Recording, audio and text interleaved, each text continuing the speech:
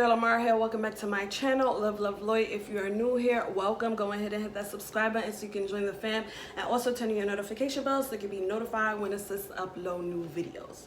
So lovies, today is going to be a different kind of video, so let's get right into it. The topic that I want to talk about is the underdog entrepreneur, which I consider myself right now. So a little back history. When I was 7 years old, that's when I started sewing. I started hand sewing, and then I think around maybe the age of 10 or 11, my mom bought me a sewing machine, and pretty much from there on, I've just been in love with sewing. But besides sewing, I've always been a very creative child. I am the last child, so at a certain age, my siblings moved out, and I feel like I was kind of raised like I was the only child, but not necessarily, because my siblings aren't that much older than me, but they just moved out early. So I've always been a creative child. I've always been someone who just enjoy my time, and I find a way to make myself happy. But sewing was always like my number one thing that like eases my soul. So I decided that I wanted to make that into a lifestyle. I wanted to be a fashion designer. So in 2018, I don't know why it took me that long, but it did take me that long because I was just so afraid. But in 2018, I finally just started. What is going on with me? I finally decided to start my own clothing company, whatever you want to call it. It's called 301 Style, and I decided to start that, and my main focus was to make clothes. That's it. Before I actually started the company, I wanted to just do exclusive pieces, and I don't know, for whatever reason, like I went from doing exclusive pieces to collections, and I got a little tripped up.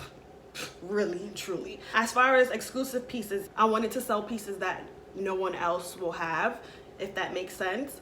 So pretty much my consumer would have been myself, because I don't like to see myself wearing things that other people have.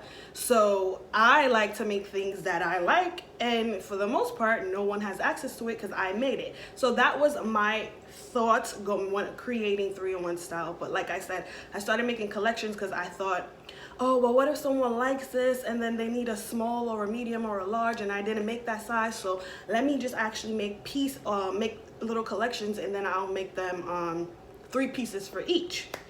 And I started doing that, and I realized, like, well, sis, you are going about all of this all wrong. And because I was going about it the wrong way and didn't stick to my like initial thought, like it just started making me feel like I want to not do this. I want to throw in the towel. So I said, you know what, let me find something else. Like, what else could I do? So I decided that I was going to go back to my initial concept of the business, which would be to just make exclusive pieces.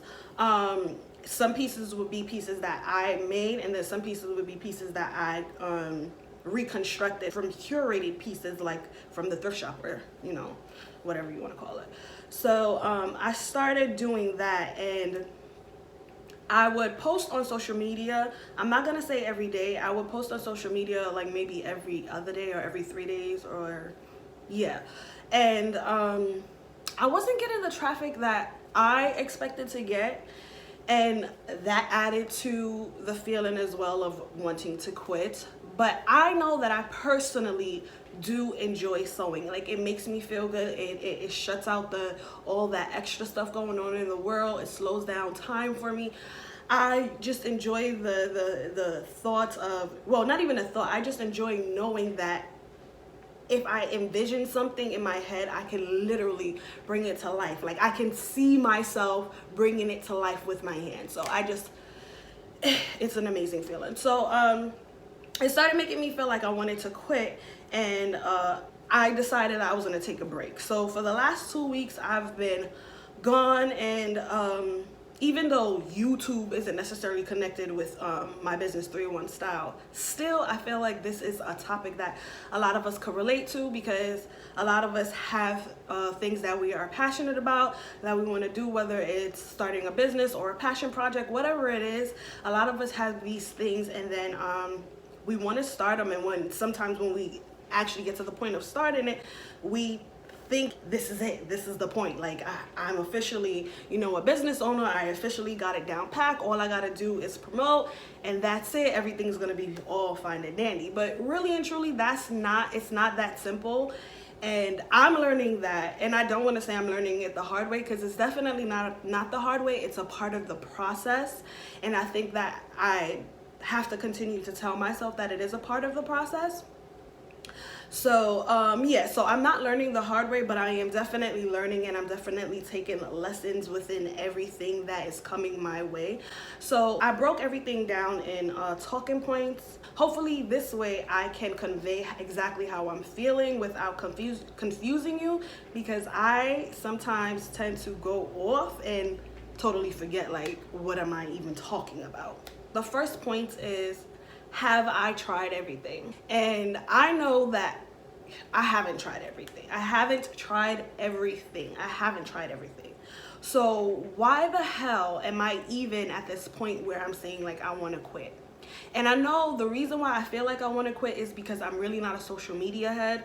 Like, I enjoy living in the real world. So sometimes social media is a little hard for me to, like, get into and be consistent, because it's just like, why do I have to do all of this? Why do I have to feel like on days where I'm really actually not going anywhere, I have to dress up to promote and do all these things? And I struggle with that a lot. So I know that that is definitely one of the things that goes into I haven't tried everything, because I haven't been consistent. I have not been consistent. And as much as I want to be all in my feelings and be emotional about it and feel entitled, like, well, why isn't this happening for me? I have to be real with myself, and I haven't tried everything. I haven't been consistent. I haven't been posting daily, you know? So it's like, why would I decide to doubt my gifts that God has bestowed upon me because I'm not willing to try everything? You know? So sometimes we want to feel like the world is doing it to us when we're really doing it to ourselves. And that was one of the things I had to realize, that while I am not a social media head, I know that social media is the biggest word of mouth in today's time, and it's probably always going to be. So if I want anything to work for me, I have to get used to being consistent on social media. I have to stop looking at social media as like a negative thing and start looking at social media as the middleman to the world, to my customers, my future consumers. So I had to say to myself, you realize that you haven't been consistent with social media. Is there anything else that you think that you possibly could have done or could do to, you know, remedy the situation? And there's lots of things that I realized that I'm not doing. And one of the problems is that, first and foremost, because I love sewing so much, and I did say I want to turn this into my lifestyle, I want to become a fashion designer. Like, I keep linking my passion, what I love doing on a daily to make myself happy, with money, with a better life. And well, I'm thankful for the life that I have, very grateful. But yeah, that's what I keep doing. And I need to realize that I cannot connect the two. And whatever passion project you have, whatever business you want to start, obviously a business is to generate money. But we have to remember what is the most important. And the most important is giving that proper service, right? And I think that when we are thinking about money, it's impossible for us to truly give our all to whatever it is that we're doing, because the back of our mind, it's about money. And it's not because, oh, this makes me feel good, this makes me feel happy, I love doing this, like I want to do more of this, it's fun. And I have to go back to that place when I was a child where I just did it because it just made me feel good. Now I'm an adult and I'm connecting the two. Yes, I've turned it into a business, but my mindset is, oh, I have to do this because I have to make money. I have to make money. I have to make money. And my mindset isn't, I have to do this because this is what I love to do. This is what I love to do. I'm finding like all the things that is like a problem for me instead of focusing on the things that actually matter, which is doing it because you love to do it. And when you continue to do it consistently, the money will naturally flow. So that is something that I had to realize that I was doing. I had to disconnect the connection between my passion and making money from my passion. I just have to continue to do it and know that it will grow. So the next point is, did I actually find a regimen? So most of the time we hear a lot of entrepreneurs say that it takes 3 to 5 years to actually start seeing profit from your business. And me personally, I thought it was because it wasn't getting to the world. And you know, I thought people wasn't rocking with it. But as I continue on, it's 2020, November 11th of this year will make 2 years that I've had a business. As I continue on, I'm realizing it's because it takes 3 to 5 years to actually start seeing profit from your business, because I haven't found a regimen and you haven't found a regimen that actually works. And that's why most entrepreneurs say you have to keep trying. Whatever failure comes your way, that's not a failure. That is a lesson learned. Keep trying. Try something else. Try something else. Try something else. Try something else. Try something else. Like, keep on trying. And that's why it takes 3 to 5 years, because you have to keep on trying until you find a regime that works for your business, that will make your business profitable. So I know for a fact that I haven't found that regime or regimen, whatever you want to call it. I haven't found it, so I shouldn't be even having a thought about wanting to quit, because I know I have yet to find the regimen, and I'm only about to be 2 years in. Like, anything could happen in the next 6 months. Anything could happen in the next year. So don't feel like you have to quit. Just keep on trying. And I'm going to keep on trying, y'all. I'm going to keep on trying, because I know what I'm about. And I know what I can do. And you should know what you're about, and you should know what you can do as well. So sometimes it's going to be hard and it's going to be stressful, but you have to keep on trying. My next point is, do you feel entitled? Because I ain't going to tell y'all no lie. On some days, I wake up feeling entitled. I wake up feeling like, God, what is going on? Like, why haven't I received my millions yet? Like, what's happening? And then my man got to tell me, like, babe, look around. Where were you a few months back? You have to be thankful and grateful for what God has given you, and trust, which is a fact, which is a fact. However, while it is a fact, I still sometimes wake up, just being real with y'all, I still wake up sometimes feeling entitled, and I do have to, like, humble thyself. Like, I gotta work hard and stay humble. I gotta humble thyself. And I just want you to know that it's okay for you to feel entitled. It's okay for you to feel entitled, because for some reason, well, not even for some reason, I know the reason, but it's okay for you to feel entitled, because especially being Black in America, on planet Earth in general, is tough. It's tough. And the world wants us to believe that we are not special. The world wants us to believe that we are the bottom of the bottom. The world wants us to believe that we aren't creators and we really aren't gods. As they enslaved our people and did all the crazy shit that we know they did to us, they also fucked with our minds, and they also tricked us into believing that we aren't who we really are. So sometimes when I feel entitled and I hear someone tell me, like, well, be grateful, I know that I am grateful, but I just can't help to notice how hard it is for us when in the beginning it wasn't that way. And the reason why it's hard for us is because a good amount of us, one, don't know really where we come from. You have to know your history. And I'm not even talking about you got to know exactly what tribe in Africa you come from. I'm talking about you have to know that you really are gods. You have to know where you come from. You come from God. You really are gods. Like, your melanin is more than just pigmentation. So I know this is going left, because some people might be like, well, why is this about Black people? But it's about Black people right now in this segment, because I am a Black woman.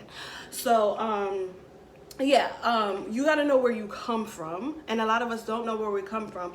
But also, a lot of us are literally still stuck in this mindset that we have to work a 9 to 5.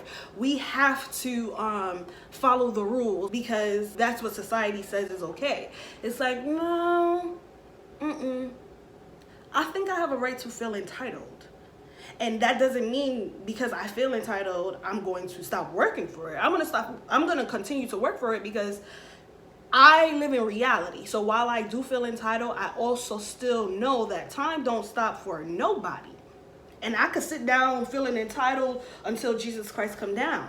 That's not going to change anything as far as my business and what I want to do with my life. So it is okay for you to feel entitled. However, don't stop working, because just because you feel entitled, that don't mean the universe is going to say, okay, let me give Amara what she wants because she feels entitled. Boop, here you go. It doesn't work like that. It literally doesn't work like that. And I mean, I'm a Gemini, so I'm like a communicative sign. I'm a mutable sign. Like, I can see all sides of my madness. I'm literally like my own therapist. So I have to realize, like, no, that is not how it works, girl. You know how it works. You have to work hard. You have to ask, believe, and receive. You ask for it, meaning you envision it, you visualize it, you write it down, do it however you want to ask for it, you ask for it. And then believing the believing part, because a lot of people think that the believing part is just sitting back and being entitled, and it doesn't work like that. The believing part is the actual work part. Because you believe that it's gonna happen and you believe that it's already yours, you're naturally gonna work towards it. Your body is gonna yearn for that. And then after that, it comes your way. But then some days, like I said, I wake up and I feel like, why isn't it here today? But it's not my timing. God said it's not my timing, sis. It will be on his timing. It will be on my timing. Not your timing, Amara, but my timing. And that's what I have to understand. So, it's not wrong for you to feel entitled. You should feel entitled, because guess what? Before all of this, before all the trickery, the mental trickery, we all were born into a world where we literally had nothing in our way. We literally are the creators of planet Earth. Well, not the creators of planet Earth, but we're literally the creators of the civilization on planet Earth. So I just want you to know, it's nothing wrong with you feeling entitled. Go ahead and feel entitled, but still work hard and stay humble. Work hard and stay humble. Like, you can feel entitled, because really and truly, I wish your mother effer would tell me I shouldn't feel entitled. Well, my man has told me that, and I still fixed him. But yeah, I wish your motherfucker would tell me I can't feel entitled. Like, how you telling me I can't feel entitled when my people was gods? My people was gods. Y'all want to tell me that we weren't, but my people was gods. So that's why I feel entitled. That's why I look around the world and I'm like, what? Wait, how is it that these people took everything from us and I have to now work hard? I've been now born into a generation where lots of us have nothing. Our parents left us nothing. When they leave, they have nothing to give us. And you're gonna tell me that I shouldn't feel entitled? When these people, these savage people, stole everything that our people worked to create, and brought us here and told us to create a world here. Now we gotta struggle. So there we weren't struggling, but you want to bring us here, tell us to build up your world, and then tell us we gotta struggle? And you're gonna tell me I shouldn't feel entitled? I don't want to hear that talk. And whoever brings that talk to you, tell them you don't want to hear that talk either. But while you don't want to hear that talk, and while you still feel entitled, let's keep in mind what I said. Feel entitled, but still work hard and stay humble. My last and final point is, it will continue to haunt you. If this is what you are truly, truly happy about, truly makes you happy, enlightens your life, if this is what feels right, I promise you, if you quit, it will continue to haunt you. It will never go away. It will never go away. In fact, let me tell you a quick story about it never going away. So, I want to say about 19 years old, that's when I started working for Estee Lauder, and I worked in the makeup industry for, I want to say 6 years. and I became a freelance makeup artist. And the day that I said I was gonna become a freelance makeup artist, I felt it in my soul telling me this is not what you're supposed to be doing. So within those years, I was making so much money at 19. Yes, I was making so much money. I'm like, oh, okay, I could do this, I could see. And then, but I felt it. Like, I always had that yearning to go back to sewing. But I'm like, I can make money this way. And school was never an option for me because I just never wanted to be in debt. Like, debt is, it doesn't sit right with me. So I just never want to be in debt. And I just felt like, okay, well, I can make it work. I can make a life for myself without having to necessarily need an education. Okay, I'm gonna make it work or whatever case may be. But that day that I said I was going to do this, I felt it in my soul that I should not be doing this. I need to go back to my first love, which is sewing. That's what I need to be doing. Well, I did it. And it didn't feel right. It haunted me. It haunted me. And guess what? In 2016, I don't think there's a connection, but God is bigger, and God obviously has a bigger view of what's going on and what he wants for us. So I don't know if this has a connection, but in 2016, I got into a car accident, and that was like, I had to get surgery. I was out of work for like, I want to say maybe 7-8 months. I was out, and I was depressed. When I tell you depressed, depressed. They want to talk to anybody. They want to see anybody. They want to see daylight. They want to get out of my bed. I cried and I cried, and even think about it now, I want to cry because I was depressed, and I was like that for 2.5 years. So I kind of now got it on my freshman, and I want to say in 2018, like the beginning of 2018, that's when I started like getting back to myself. But I was depressed, and guess what? During that whole depressed time, guess what I started doing? I started sewing. Try not to cry, but yeah, I started sewing. And I'm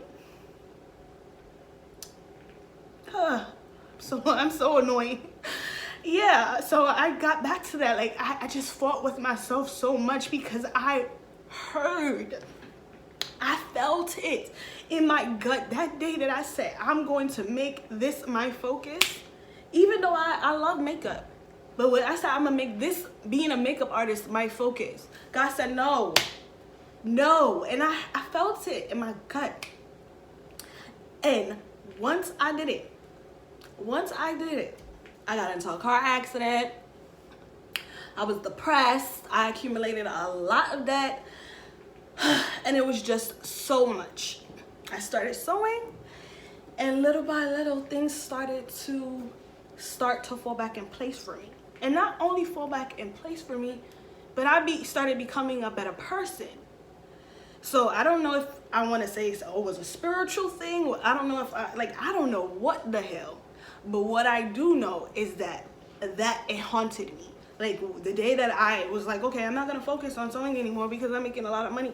Like, from that moment on, it never went away. It never went away. And when I was at my lowest, it was the thing that reminded me of how it made me feel. You know, it was the thing that made me happy again. It was the thing that actually pushed me to finally in 2018 make it official and say, I'm turning it into a business.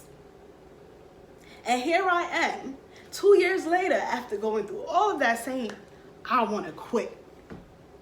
I want to throw in the towel.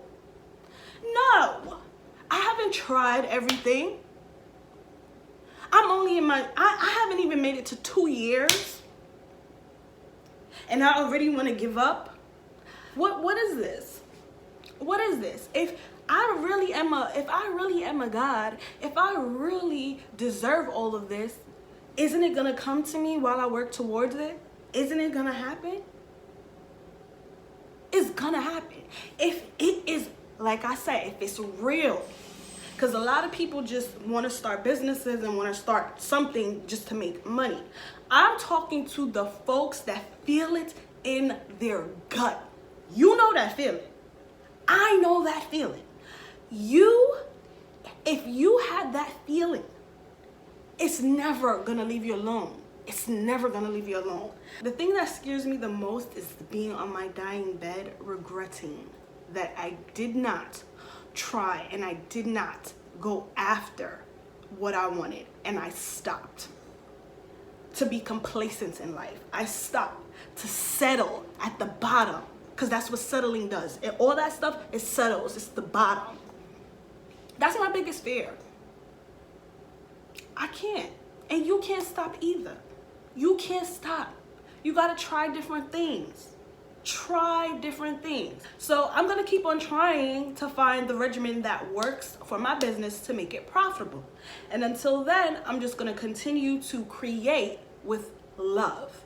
Not with money in mind, but with love. I'm gonna take it one step at a time, because I am a true and firm believer that what you think will become your life. And you are gonna have those moments where some days you can't think positive. You just are so self-sabotaging. It's fine. As long as you don't say today is the day I stop. You say today is the day I'll take a break. I'll gather my thoughts. Tomorrow's a new day. Don't stop. Do not stop, because it will eat you alive and you will be on your dying bed regretting. And even before you reach to your dying bed, you will probably be looking at your children hurt that you didn't have it in you to continue and push through the tough times to create a better life for them. You know? Like, don't stop. So I think I have said enough. I hope and pray that in some way, shape, or form this video helps you, and this video like inspires you to continue going. I just want y'all to know that I'm so emotional, but I just want y'all to know that I plan on continuing. And if y'all even want me to, like, you know, try to document some of my process as I'm continuing the things I'm doing, I will do so. Let me know. But comment down below and let me know if you feel like you're an underdog entrepreneur, and if you do, what are some of the things you feel like you're going to have to do to push through and better yourself and bring awareness to whatever your passion project is or whatever your business is. Don't forget to share, subscribe, like, turn on your notification bells, and also follow me on Instagram at LiveLoveLloyd. And as always, remember to live, love you. Bye guys.